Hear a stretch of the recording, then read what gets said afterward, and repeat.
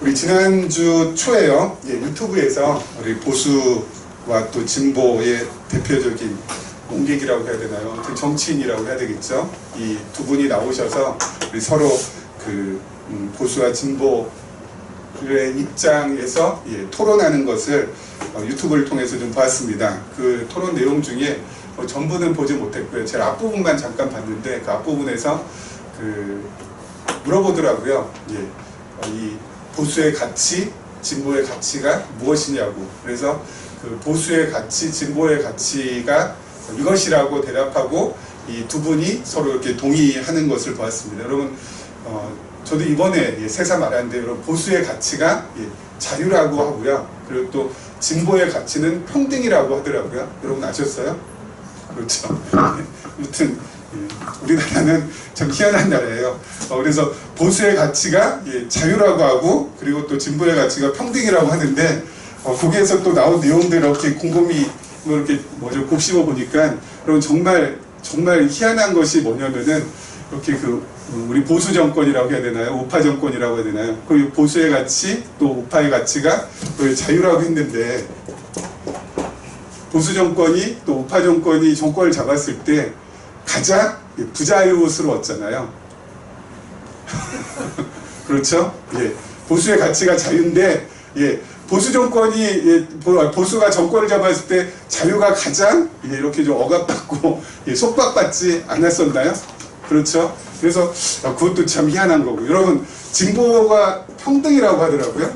그래서 이 진보의 가치가 평등이라고 했는데, 이것도 정말 또 희한하게, 그럼 진보가 정권을 잡았을 때 가장 불평등이 심화됐잖아요.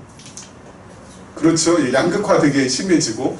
그래서 이 사람들이 참 무튼 희한한 동네구나라는 생각을 많이 했습니다. 여러분, 사실 이 진보에서 평등을, 또 보수에서 자유를 아무리 외치고 정권을 잡고 또 보수의 가치를 실현하기 위해서, 또 진보의 가치인 평등을 실현하기 위해서 막 그냥 애쓰고 노력하고 막 목숨 걸고 하는 걸 우리는 잘 보질 못했습니다. 어떻게 보면은 이 정권을 잡은 다음에 자신들의 어떤 정권의 가치, 보수의 가치나 진보의 가치를 위해서 이렇게 애쓰고 힘쓰는 것보다는 그 정권을 유지하기 위해서 전전긍긍하거나, 또는 그 정권을 탈환하기 위해서 안달복달하는 것을 우리가 많이 봤지만, 이 가치를 갖다가 실현하기 위해서 애쓰고 노력하고 목숨 걸고 하는 것들은 우리가 그렇게 많이 보질 못했습니다. 또 그럴 수밖에 없는 것이요, 세상 나라에서는 진정한 자유 그리고 진정한 평등을 실현할 수가 없죠. 이 세상 나라의 가장 큰 한계입니다. 그런데 왜 이렇게 자유를 실현한다, 평등을 실현한다 자꾸 이럴까요? 전부 다 그것은 그냥 자신들도 속고, 그리고 남들도 속이기 위한, 제가 볼 때는 그냥 말장난에 불과하지 않나라는 생각이 들어요. 어떻게 참된 자유를, 그리고 참된 평등을 이 땅에 있는 나라가 어떻게 실현할 수가 있겠어요. 하지만 저희가 지금 마태복음 쭉 지금 이렇게 살펴보고 있는데요, 그리스도께서 오셔서 그리스도께서 세우시는 나라, 예수가 참된 그리스도시오, 그 그리스도가 왕이신 그 나라에서는 자유를 실현할 수 있고 평등을 실현할 수 있습니다. 세상 나라는 죽었다 깨어나도 자유와 평등을 실현할 수가 없지만은, 그리스도의 나라에서는 참된 자유와 참된 평등을 정말 이게 실현 가능하다라는 것이죠. 여러분, 참된 자유가 실현이 가능하다는 건 뭐죠? 자유에서, 자유, 그러면은 제가 한 3가지 영역으로 나눠봤거든요. 첫 번째는 죄로부터의 자유가 있고요. 그리고 두 번째는 우리의 삶으로부터의 자유가 있고요. 그리고 세 번째는 우리의 관계로부터의 자유가 그리스도의 나라에서는 실현이 된다라고 할 수 있습니다. 죄로부터의 자유는 예수 그리스도께서 이 땅에 오셔서 십자가에 못 박혀 죽임당하시고, 그렇죠? 우리의 모든 죄값을 갖다가 예수 그리스도께서 사해 주심으로 인하여서 우리의 죄는, 우리가 죄로부터는 어떻게 됐어요? 완전한 자유함을 누리게 됐죠. 우리의 삶으로부터의 자유도 마찬가지입니다. 여러분, 삶으로부터 자유롭지 않은 가장 큰 이유가 바로 뭐냐면은, 내 삶이 해석되지 않아서 그렇거든요. 내 삶이 해석되지 않는다라는 것은 무슨 뜻이냐면요, 내가 왜 이런 일을 겪을까? 내가 왜 이런 일을 당할까? 나에게 왜 이런 일이 생길까에 대한 답이 없으면 그게 삶의 해석이 안 되는 거거든요. 또는 나는 어디로부터 왔을까? 나는 누구인가? 나는 어디로부터 가는가? 이거에 대한 답을 모를 때도 어때요? 내 삶의 해석이 안 되는 거거든요. 근데 우리는 완벽하게 전부 다 해석이 되죠. 예수께서 이 땅에 그리스도로 오셔서 십자가에 달려 돌아가시고 사흘 만에 다시 살아나셔서 부활 승천하셔서 우리의 왕이 되셨다라는 것, 그걸 갖다가 우리가 확실하게 깨닫고 알게 된다면 우리의 삶이 해석이 되죠. 왜요? 내 삶이 해석이 되는 가장 근본적인 원인, 가장 내 삶의 해석이 되는 단서가 바로 뭐냐면은 내 삶은 내가 이끌어가는 것이 아니라, 내가 이끌어온 것도 아니라 바로 누구라고요? 왕이신 그리스도이신 주님께서 나의 삶을 갖다가 전부 다 이끌어 오셨고, 그리고 지금 이끌어 가고 계시고 이끌어 가실 것이다 라는 것이 분명하니까 이 삶의 해석이 되는 거죠. 과거에 내가 이 그리스도를 제하고 나의 삶의 주관자를 제하고 나서는 내 삶이 해석이 안 되는 것이 바로 뭐냐면은, 과거에 내가 실패했던 거, 내가 잘 안 됐던 거, 또 내 마음대로 안 됐던 거, 또 내가 너무 사람을 믿어가지고 배신당했던 거, 그런 여러 가지 상처와 아픔과 슬픔, 이런 것들에 대해서 이게 해석이 안 되는 거죠. 왜요? 늘 어디로 늘 쏠리니까요? 나 자신으로. 내가 그때 그 사람 만나는 것이 아니었는데, 내가 그때 그렇게 일을 처리하는 것이 아니었는데, 내가 그때 이 판단을 그렇게 해서는 안 됐어야 되는데, 거기서부터는 그 어떤 것도 되질 않거든요. 그 어떤 것도 나를 자유롭게 만들어주지 않거든요. 하지만 하나님을 전제하며 그리스도를 전제하면 어떻게 돼요? 과거에 내가 실패한 것, 내가 사람 잘못 만나서 배신당한 것, 그리고 내가 돈을 갖다가 크게 손해본 것, 이런 모든 것들은 전부 다 누구 때문에 그런 거예요? 하나님 때문에 그런 거죠. 그렇죠? 왜 하나님 때문에 그런 거예요? 하나님께서 나를 그것을 통하여서 더욱더 연단시키고 훈련시키고, 그래서 나로 하여금 어떻게 해요? 하나님께로 이끌어 가기 위한 수단으로서, 방법으로서 하나님께서 그렇게 하신 거라고 그렇게 해석이 되면은 마음이 어떻게 돼요? 되게 편해지거든요. 좀 자유로워지거든요. 나의 과거의 삶으로부터. 현재의 삶도 마찬가지고요. 현재의 삶도, 내가 여기까지 온 것도 전부 다 뭐라고요? 지금 내가 지금 살고 있는 이 자체도 하나님께서 그렇게 된 것이지. 여러분 지금 살고 있는 집, 여러분들이 막 어렸을 때, 여러분들이 막 그냥 그 20년 전, 30년 막 젊은 시절에 내가 이 집에서 난 반드시 살아야지, 그렇게 막 계획하고 막 이 악물고 그렇게 해서 지금 현재 거주하고 계신 그 집에 지금 살고 계신 건가요? 어떻게 하다 보니까 된 거죠. 그렇죠. 하다 보니까 이렇게 하다 보니까 특별히 우리 여기 그 지방이 고향이신 분들이 참 많잖아요. 여러분 지방에서 태어나서 서울에 살게 됐을지 어떻게 알았겠어요? 여러분 1살 때, 2살 때 엄마 젖을 물면서 나는 이 지방에서 반드시 떠나서 내가 서울에서 난 살 거야 라고 막 그냥 어릴 때부터 막 이 조그만 고사리 같은 손을 갖다가 막 그냥 불끈 쥐면서 막 다짐해가지고 여기까지 오신 거예요? 아니거든요. 그렇죠? 하나님께서 다 여기까지 이끌어 주신 거. 지금 살고 있는 지금도 마찬가지라는 거. 여러분 이것을 우리가 바르게 깨닫게 되면 현재의 삶도 해석이 되고요. 미래의 삶도 간단해요. 여러분 지금 현재 2019년이죠. 2019년. 그럼 우리의 미래의 삶 3가지로 딱 갑니다. 3가지. 더 이상 없어요. 지금 현재의 삶 그대로 가시던가, 아니 지금보다 조금 더 삶의 형편이 나아지던가, 지금보다 조금 더 나아지지 않던가. 그렇죠? 1번, 2번, 3번 외에 또 있어요? 우리의 미래는 1, 2, 3번 외에는 없어요. 그렇죠? 1번, 2번, 3번 요 셋 중에 하나 아니겠어요? 여러분 1번으로 가도 좋고 2번으로 가도 좋고 3번으로 가도 좋아요. 우리의 미래의 삶은 왜요? 하나님과 동행하는 삶이거든요. 하나님께서 어련히 알아서. 그렇죠? 1번으로 가게 하면 삶의 형편이 나아지면은 좀 여유있게 살면 되는 것이고, 또 여유있게 살면서 하나님의 일에 봉사도 하고, 그리고 또 선한 일에 또 동참도 하시면서 이렇게 좀 여유롭게 사시면 되는 것이고, 그러면서도 하나님 잊지 않고 사시면 되고, 지금 현재의 형편 그대로 간다. 이것도 괜찮죠. 여러분 제가 늘 말씀드리는 것처럼 지금 상태가 저에게는 늘 좋다고 하거든요. 지금 이대로가 제일 좋다고. 지금 이대로가 제일 좋다고. 왜 이대로가 제일 좋아요? 하나님께서 여태까지 이끌어 주신 삶이 여기까지이기 때문에 이 삶이 그대로 지속된다고 해도 뭐 하나 이렇게 여한이 남는 게 없어요. 그렇죠? 지금 삶이 조금 어렵다. 괜찮아요. 그 어려운 것도 그 어렵지 않으면 제가 하나님으로부터 이렇게 삐껴나가니까 하나님께서 그 어려움을 주시는 거예요. 그 어려움마저 없으면 완전히 삐껴나가니까. 그러니까 지금이 좋다. 그래서 지금 그대로 가도 괜찮은 거예요. 지금보다 형편이 나쁘다. 이것도 괜찮아요. 좋아요. 왜? 지금보다 형편이 좀 안 좋아지고 또 삶의 여건이 좀 불편해진다. 이것도 저는 나쁘지 않다고 생각해요. 왜요? 늘 말씀드린 것처럼 하나님께 가까이 하는 것이 우리에게서는 최고의 복이거든요. 시편 73편에 나와 있습니다. 하나님께 가까이함이 내게 복이라. 여러분, 근데 하나님께 가까이 할 때가 여러분의 과거의 경우를 한번 보세요. 삶의 형편이 좀 어려워졌을 때 하나님께 가까이 가는 것이 더 많고 그리고 더 나았었나요? 아니면 삶의 형편이 정말 갑자기 좋아졌을 때 하나님께 가까이 가는 것이 훨씬 더 그 빈도수도 높고 훨씬 더 간절하고 훨씬 더 하나님께 더 어때요? 붙을 수 있었나요?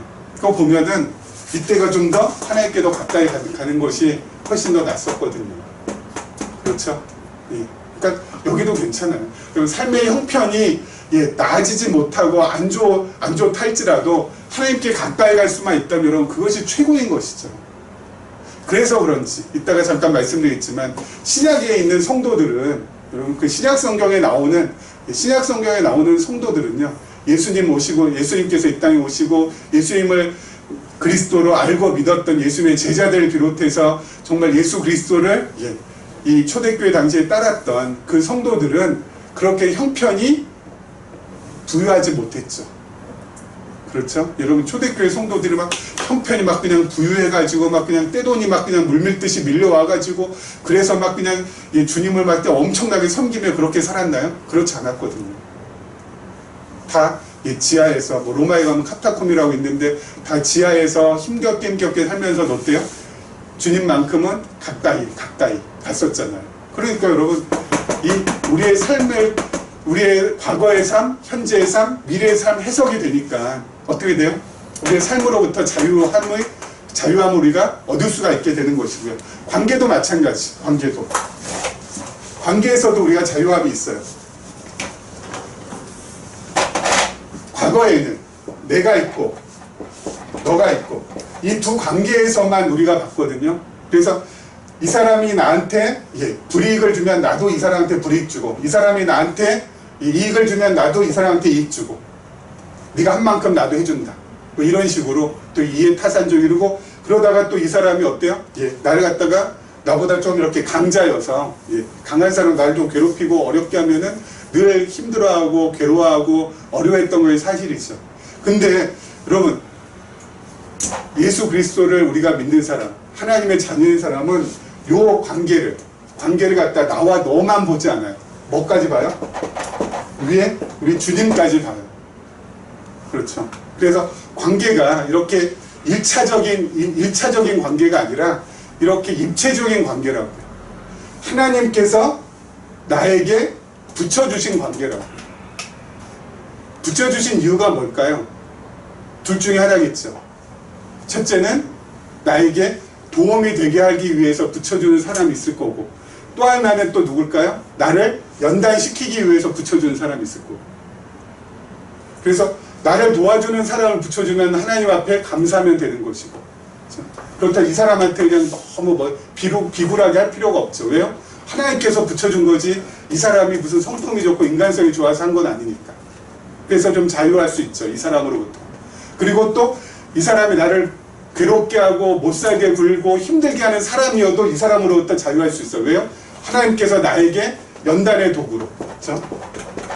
연단의 도구로 주셨기 때문에 하나님께서 허락하는 그 시간까지 나에게 연단을 줄 뿐 그 시간 지나면 너 아무것도 아니라는 거죠. 자식에게 연단을 받잖아요. 부모가. 그렇죠? 자식이 부모에게 부모 마음 힘들게 하고 속상해하고 어렵게 하고 하는 일들 있잖아요. 여러분 언제까지 그거 할 것 같아요? 하나님 허락하실 때까지만 해요. 지들이 또 그렇게 뭐 부모 그렇게 속상하게 하고 뭐 힘들게 하고 어렵게 하고 막 그냥 부모 마음 막 뒤집어 놓고 하는 것이 이게 뭐 지들 평생 지속되는 건 절대 아니거든요. 어느 순간까지만 가능한 거니까 그냥 어때요? 하나님께서 허락하신 그 순간까지만 그래 신나게 괴롭혀라. 그렇게 하면서 넘어갈 수 있는 거예요. 하나님께서 허락했기 때문에. 그렇죠? 나에게 도움 주는 사람도 이 사람한테 내가 종속될 필요가 없는 거죠. 왜요?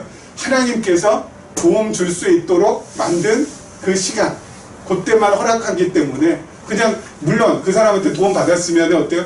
예, 감사하다고 하고 너무 은인이라고 하고 그리고 정말 당신 같은 사람이 없었으면 내가 참 힘들었을 텐데 너무너무 좋다고 고맙다고 하고 그러면서 속으로는 어디로 향해야 돼요? 하나님께서 이 사람 붙여주셔서 감사하다라고까지 하시면 돼요.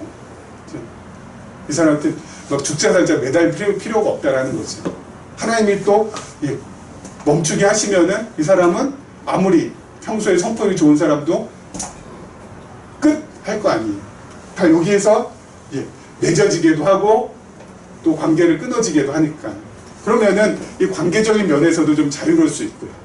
그러니까 그리스도의 나라에서는 자유가 참된 자유가 실현이 돼요. 여러분 죄로부터 또 삶으로부터 관계로부터 우리가 자유함을 얻었다라는 것은 이것은 완벽한 자유를 우리가 구가하고 있다라는 거죠. 평등도 마찬가지예요. 여러분 진보 정권은 아무리 평등 외쳐봤자 절대 평등을 이룰 수 없어요. 하지만 그리스도의 나라에서는 평등이 가능해요. 왜요? 왜 가능해요? 여러분 우리는 전부 다 하나님 앞에 복을 다 받았어요. 그리고 하나님의 나라를 전부 다 상속받았어요. 근데 너무너무 놀라운 것은 뭐냐면 다 평등하게 받았어요. 1대1로 전부 다 받았어요. 우리 지난번에 잠깐 포도원 품꾼에 비유했잖아요. 아침 일찍 온 사람이건 점심 온 사람이건 저녁에 온 사람이건 또 포도원 문 닫기 1시간 전에 온 사람이 전부 다 어때요? 1대1이에요. 한 데나리온. 여러분 그리스도의 나라를 영원한 하나님의 나라를 우리가 상속받았는데 그 하나님의 나라 상속받은 것은 저도 1이고 우리 저보다 훨씬 더 늦게 태어난 앞에 있는 우리 기정자매도 1이고 그렇죠? 제 아내도 1이고 저보다 연배가 높으신 우리 장로님도 1이에요. 다 똑같아요. 그렇죠? 우리가 받은 복, 어떤 복이에요? 신령한 복. 에베소서 1장에 보면은 하나님께서 우리에게 신령한 복을 허락해 주셨다고 했는데 그 복이 다른 것이 아니라 창세전에 우리를 그리스도 안에서 예정하시고 그리스도를 통하여서 우리를 구원시켜 주시고 그래서 하나님의 자녀로 만들어 주신 그 복, 그것도 전부 다 어때요? 1대1. 누구나 다 평등해요. 학력이 높거나 학력이 낮거나 차이가 있지 않고요. 남자거나 여자거나 차이가 있지 않고요. 또 어리거나 또는 어르신이거나 차이가 없다고요. 그러니까 그리스도의 나라는 평등도 완벽하게 구가가 되는 거죠. 그래서 여러분 세상 나라에서 뭐라고 하든 거기에 우리가 이렇게 막 그냥 신경 곤두세우고 예민하게 반응할 필요 없어요. 저희는 지들 할 수도 없는 거 가지고 하려고 애쓰는 거 보면서 참 안타깝게 여겨주시면 되는 거고 그리고 또 어때요? 늘 말씀드리듯이 보수가 정권을 잡든 그리고 진보가 정권을 잡든 여러분 이 나라가 이렇게 지속되고 유지되고 가는 것은 여러분 진보에 속해 있는 사람에 의해서 되는 것도 아니고 보수에 속해 있는 사람에 의해서 되는 것도 아니고 하나님에 의해서 되는 거잖아요. 그렇죠? 하나님께서 망하게 하시려면은 얼마든지 이 나라 망하게 하실 수도 있고 흥하게 하시려면 얼마든지 흥하게 하실 수도 있어요. 하나님 손에 달려있기 때문에 그냥 하나님께서 우리나라를 긍휼히 여기시고 불쌍히 여겨달라는 그러한 기도를 가지고 우리는 살아가는 것 외에는 없는 거죠. 너무 막 예민하게 반응하고 막 아니다 뭐 서로 막 헐뜯고 막 그냥 막 그렇게 할 필요 없는 거예요. 무슨 얘기하다 이렇게 됐죠. 그래서 지금 그리스도의 나라, 저희 이제 마태복음 그리스도의 나라가 어떤 나라인가 우리가 지금 계속해서 살펴보고 있는데요. 오늘 한번 말씀을 통하여서 그리스도의 나라가 어떤 나라인지 다시 한번 좀 확인하는 시간을 좀 갖도록 하겠습니다. 자, 6절부터요. 제가 다시 한번 읽어볼게요. 11절 말씀입니다. 예수님께서 제자들이 가서 예수께서 명하신 대로 하여 나귀와 나귀 새끼를 끌고 와서 자기들의 겉옷을 그 위에 얹으며 예수께서 그 위에 타시니 무리의 대다수는 그들의 겉옷을 길에 펴고 다른 이들은 나뭇가지를 베어 길에 펴고 앞에서 가고 뒤에서 따르는 무리가 소리 높여 이르되 호산나 다윗의 자손이여 찬송하리로다 주의 이름으로 오시는 이여 가장 높은 곳에서 호산나 하더라. 예수께서 예루살렘에 들어가시니 온 성이 소동하여 이르되 이는 누구냐 하거늘 무리가 이르되 갈릴리 나사렛에서 나온 선지자 예수라 하니라. 아멘. 예수님께서 드디어 이제 예루살렘에 입성하고 계시는 거죠. 그래서 예수님께서 예루살렘에 입성하실 때 백성들이 뭐라고요? 호산나 호산나 그렇게 했다고 했습니다. 호산나라는 뜻은 우리를 구원하소서라는 뜻입니다. 그래서 우리를 구해달라는 거죠. 구원하소서. 당신만이 우리를 구원하실 수 있는 분이라는 것을 지금 말하고 있습니다. 그럼 9절에 보니까 정말요. 앞에서 가고 뒤에서 다른 무리가 소리 높이 이르되 호산나 다윗의 자손이여 찬송하리로다 주의 이름으로 오시는 이여 가장 높은 곳에 호산나 하더라. 정말 예수를 메시아로 그리스도로 이렇게 어떻게 해요? 인정하고 알고 찬송하는 사람들도 있었지만 그러나 11절에 보면은요. 무리가 이르되 갈릴리 나사렛에서 나온 선지자 예수라 하니라. 이건 바로 뭐냐면은 예수님을 비하하는 내용이에요. 왜 비하하는 내용이냐면은요. 나사렛에서는 그리스도가 나올 수 없거든요. 그렇죠. 근데 주로 예수님께서 잘하셨던 건 나사렛이어서 예수님을 다 나사렛 출신으로 알고 있는 거죠. 사실은 어디서 태어나셨는데 베들레헴에서 태어나셨는데 근데 예수님께서는 나사렛에서 잘하셨기 때문에 사람들은 전부 다 나사렛 출신 예수라고 알고 있고 나사렛에서는 절대로 메시아가 나올 수 없다. 왕이 나올 수 없는 천한 동네 나사렛에서 나온 그냥 선지자 중 한 사람일 뿐이다 라는 얘기예요. 여러분 이렇게 예수님께서 예수가 그리스도라는 것을 나타내시고 또 보여주시고 그래서 자기 자신이 정말 메시아라는 걸 그 당시에 입증하시려고 예수님께서 애를 많이 쓰시는데 그러는데 많은 사람들이 정말 그 예수를 그리스도라고 알고 믿질 않죠.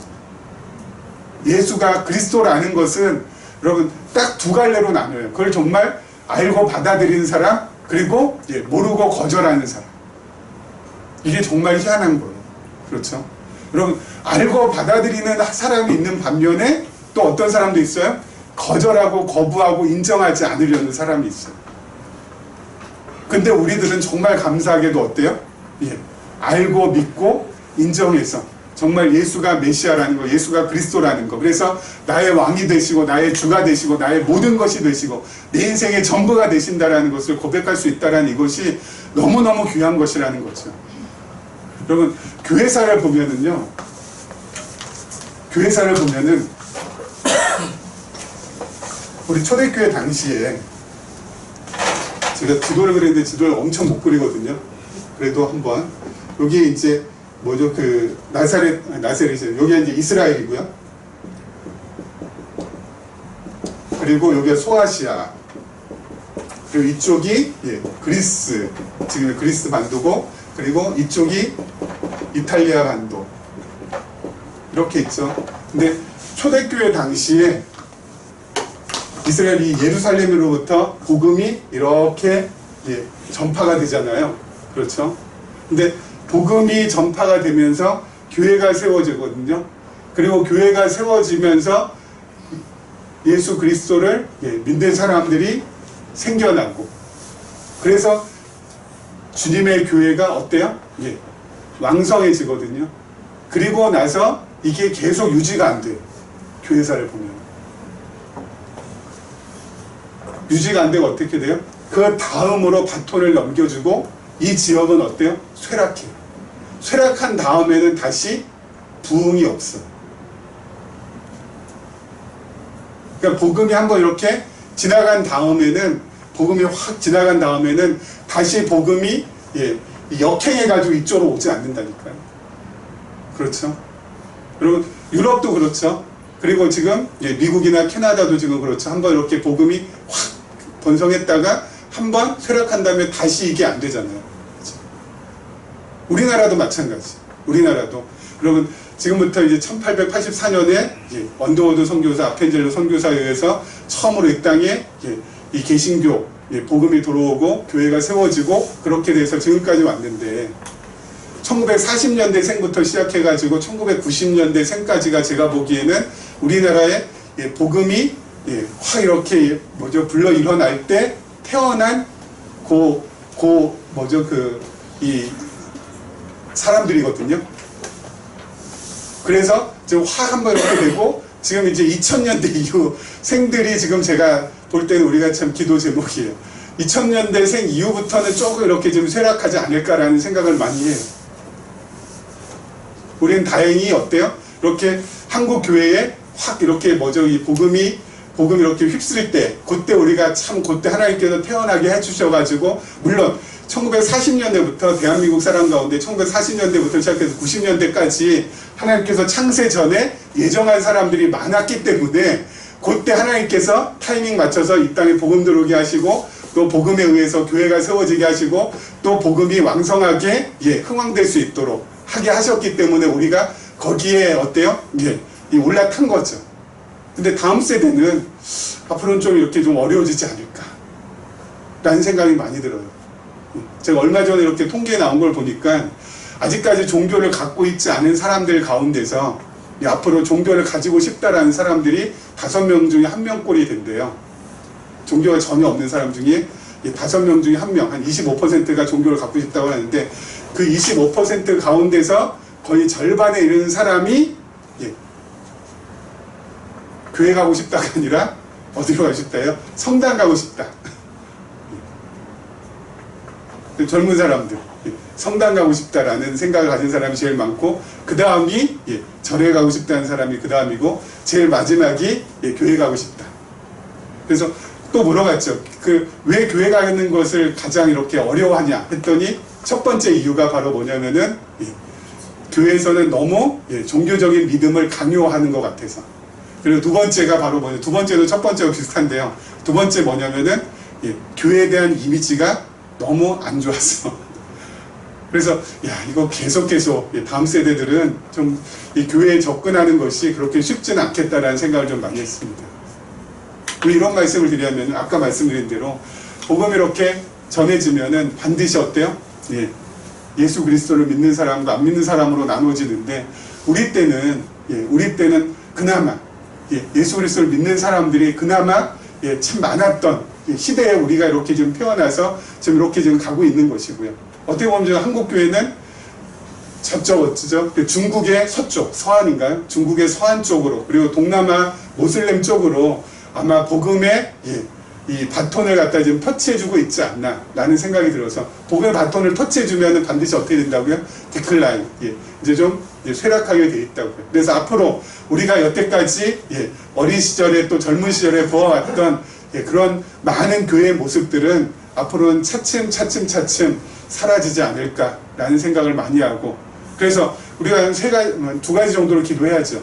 첫 번째는 뭐냐면은 다음 세대를 주님께서 긍휼히 여겨달라는 것. 그리고 두 번째는 아까 말씀드린 대로 이 복음의 바톤이 우리나라에서 잘 중국 서안이나 그리고 또 동남아시아 쪽으로 잘 바톤이 터치될 수 있도록 하나님께서 섭리해 달라는 것. 그 두 가지 기도 하시면서 가면 되는 거죠.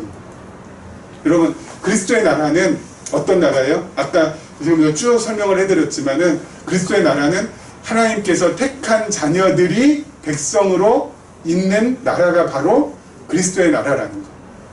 그리스도의 복음이 전해질 때 반드시 두 쪽으로 갈라지는데, 그리스도의 복음을 받아들인 그 백성들이 어때요? 그런 사람들이 백성으로 있는 나라가 그리스도의 나라라는 것이고요. 그 다음에 한번 보죠. 자, 그 다음도 되게 중요합니다. 예수께서 성전에 들어가서 성전 안에서 매매하는 모든 사람들을 내쫓으시며 돈 바꾸는 사람들의 상과 비둘기 파는 사람들의 의자를 둘러 엎으시고 그들에게 이르시되, 기록된 바 내 집은 기도하는 집이라 일컬음을 받으리라 하였거늘 너희는 강도의 소굴을 만드는도다 하시니라. 그럼 예수님 당시에 성전은요, 부패할 대로 부패 있었어요. 왜냐면은 성전에서 이 제사를 지내려면 이제 양이 필요하잖아요. 근데 예루살렘에서 먼 곳에 있는 사람들은 양을 직접 가지고 오기 어려우니까 성전에 왔을 때 성전 근처에서 어때요? 양을 사가지고 그것을 제물로 드리거든요. 그렇기 때문에 제물을 파는 사람들도 있었고요. 디아스포라고 여러분 아시죠? 디아스포라. 이 유대에 거주하지 않고 이방 지역에 거주하는 그 유대인들도 예루살렘에 와가지고 제사를 드릴 때, 물론 이 사람들은 양도 사야 됐지만은 또 뭐 또 있어야 됐냐면은 성전세를 냈어야 되죠. 그렇죠. 이 성전세를 갖다가 매년 한 번씩 내게 돼 있는데 성전세를 내게 되려니까 어때요? 이방 지역에서 쓰던 돈을 유대의 돈으로 환전해야 되잖아요. 그렇죠. 그러니까 돈을 환전해야 되니까 거기엔 또 환전하는 사람들도 있고 어떻게 보면은 성전에 이 재물을 파는 사람 그리고 환전해주는 사람 그리고 이 재물 파는 사람과 환전해주는 사람의 뒷배경에는 누가 있어요? 서기관, 바리새인, 대제사장들. 이 사람들이 어때요? 이 사람들이 영업을 하게끔 도와주고 거기에서 상납을 받아서 자기 뱃속을 또 챙기는 거죠. 그러니까 여러분 예수님 당시의 성전은 거대한 하나의 이 사업장이나 뭐 마찬가지죠. 그러니까 가면은 뭐 환전하는 사람 그리고 또 뭐냐 양 파는 사람 뭐 정신없이 뭐 엄청나게 뭐 많이 널려 있겠죠. 그러니까 예수님께서 어떻게 해요? 그 성전을 청결케 하시는 사건이에요. 근데 예수님께서 성전을 청결케 하시는 요것이 예수님께서 성전이 이렇게 문란하고 매매하는 사람 많고 막 그냥 이렇게 막 돈 이권을 챙기는 뭐 이것 때문에 막 의분이 막 올라오고 막 분노가 일어나서 예수님께서 상 뒤 엎으시고 막 그랬을까요? 아니요. 예수님께서 하시는 모든 행동은 어디에 근거하고 있어요? 구약의 예언에 근거하고 있어요. 예수님께서 이렇게 하시는 가장 큰 이유는 구약의 예언에 근거하고 있기 때문에 예레미야 17장에 보면은요 앞으로 성전이 강도의 구렬이 될 것이라 강도의 소굴이 될 것이라 도둑의 소굴이 될 것이라고 예언이 되어 있고요. 그리고 이사야 57장에 보면은 그리스도가 오셔서 성전을 어떻게 해요? 만민이 기도하는 집으로 만들 것이라는 그러한 예언들이 있어요. 그래서 예수님께서는 그 예언을 어떻게 해요? 이루시기 위하여서 지금 성전을 청결케 하시는 거예요. 그걸 통하여서 무엇을 지금 나타내시는 거예요? 바로 자신이 구약에 약속되고 예언되어 있는 메시아 그리스도라는 것을 보여주시기 위해서 그렇게 하시는 거예요.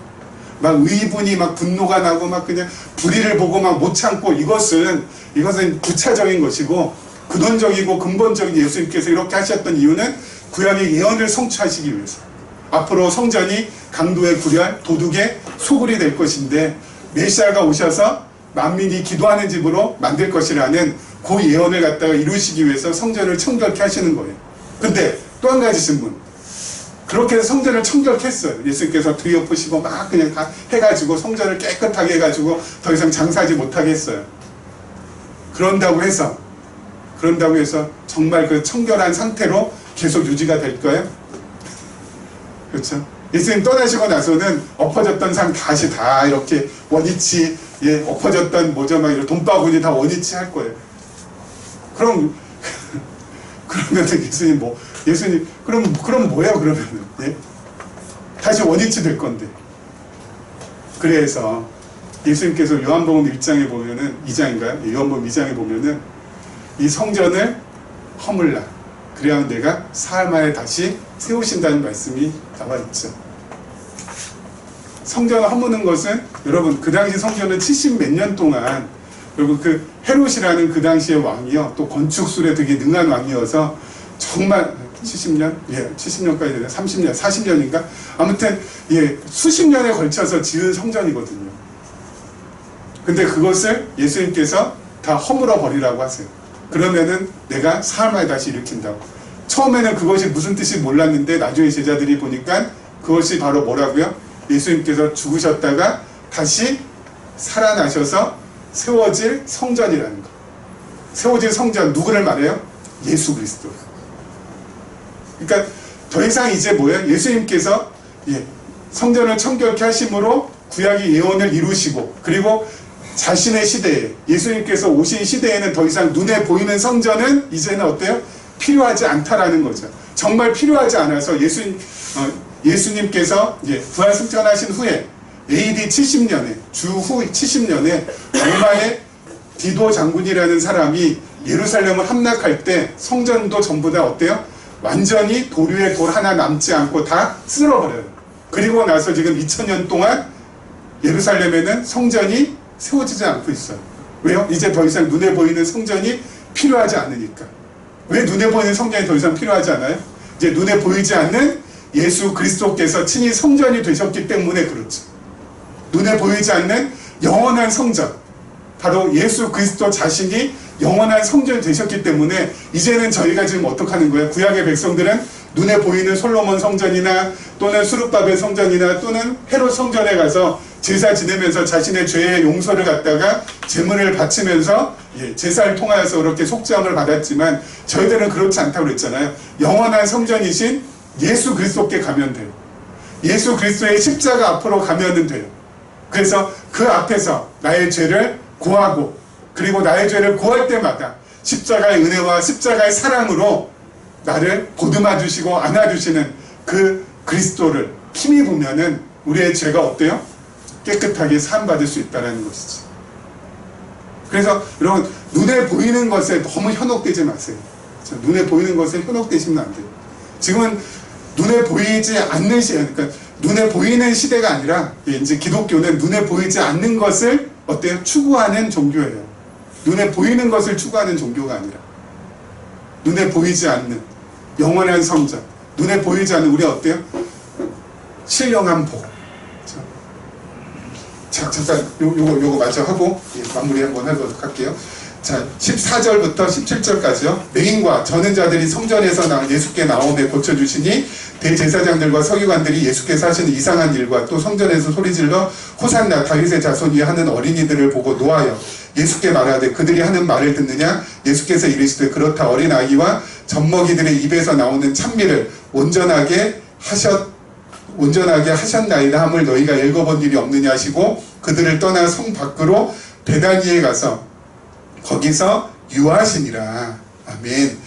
여러분 예수님께서 맹인과 저는 자들이 성전에서 예수께 나오며 고쳐주신다고 했잖아요. 여러분 이것도 바로 뭐예요? 예수께서 그리스도라는 것을 표적을 통해서 보여주시는 것이죠. 여러분 표적이라는 것은 표가 되는 기적이에요. 여러분 표가 되는 기적을 예수님께서 보여주시는 가장 큰 이유는 바로 뭐라고요?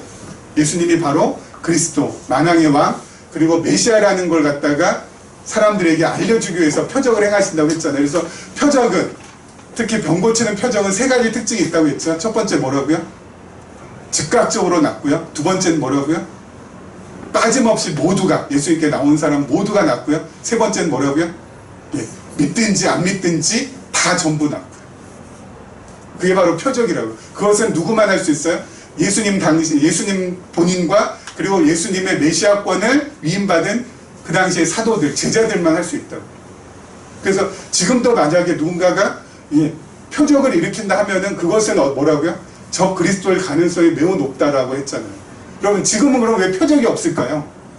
왜 표적을 더 이상 보여주지 않으실까요? 표적을 보여주는 가장 큰 이유가 뭐예요? 예수님께서 이렇게 맹인들, 저는 사람들, 구약의 예언대로 구약에 보면은 눈먼 자들 눈 뜨게 할 것이요. 누가 오면은요?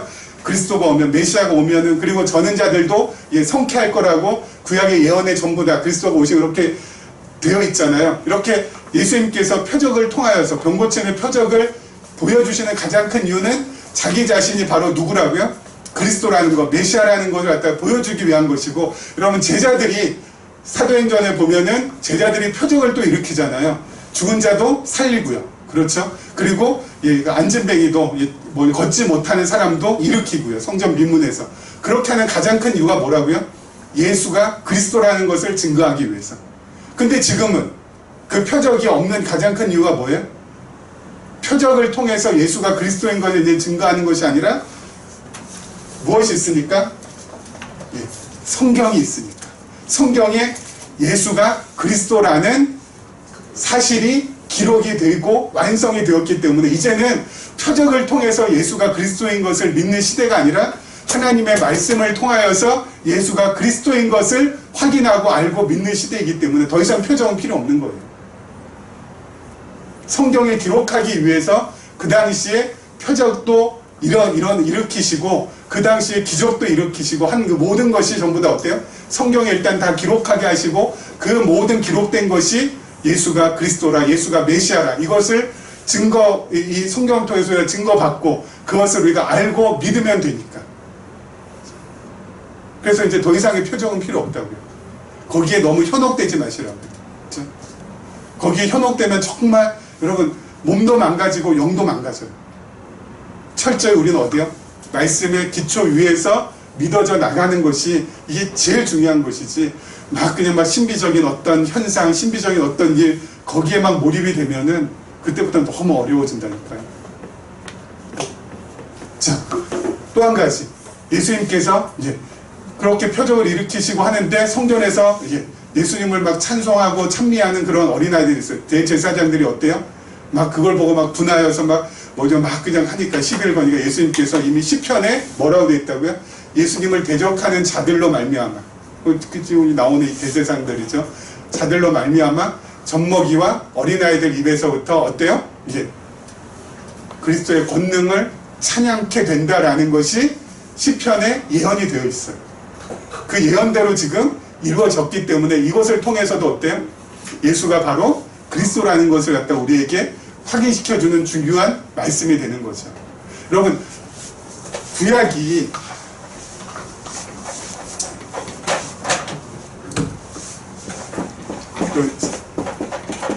구약과 성경은 신약으로 되어 있는데, 여러분 구약은 실체가 아니에요.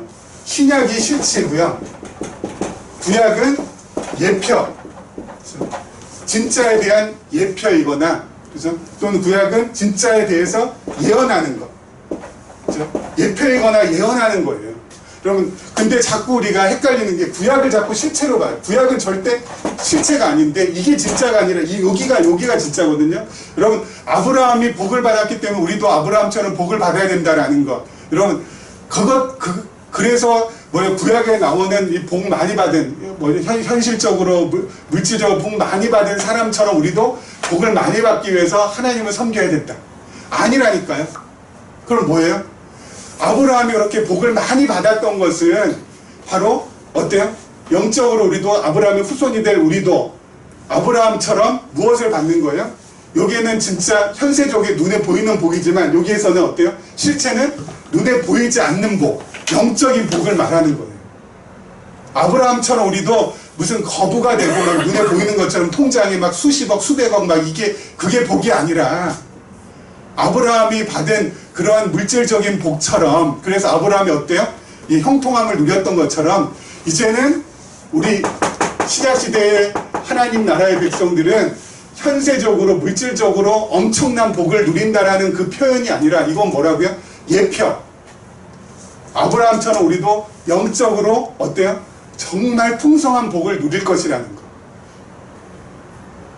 영적으로 우리가 형통하게 될 것이라는 거. 그거거든요. 여러분, 신약 성경 어디에도, 아까 말씀드렸잖아요. 신약에 있는 성도들 어디에도 아브라함처럼 이렇게 거부로서 막 예수 믿고 나서 막 부자가 돼가지고 막 그냥 그 당시에 막 그냥 떵떵거리면서 산 사람이 없잖아요. 사도 바울이 그랬나요? 베드로가 그랬나요? 예? 로마에 있는 성도들이 그랬나요? 빌립보에 있는 성도들이 그랬나요? 다 아니거든요. 그럼 영적인 복을 누렸어요. 영적인 그 복이 세상적인 복을 갖다가 어때요? 뛰어넘을 만큼 진짜 어마어마했기 때문에 이 사람들이 어때요?